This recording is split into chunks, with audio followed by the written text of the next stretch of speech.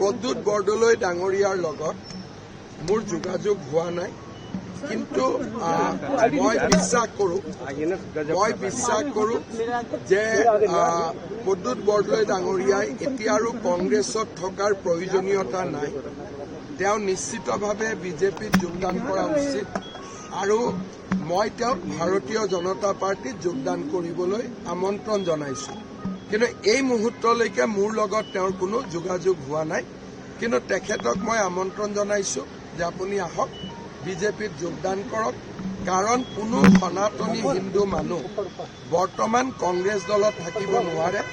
ভূপেন বৰাক যি ধৰণে আমি সন্মান দিছোঁ, আপোনাকো আমি তেনেধৰণে সন্মান দিম।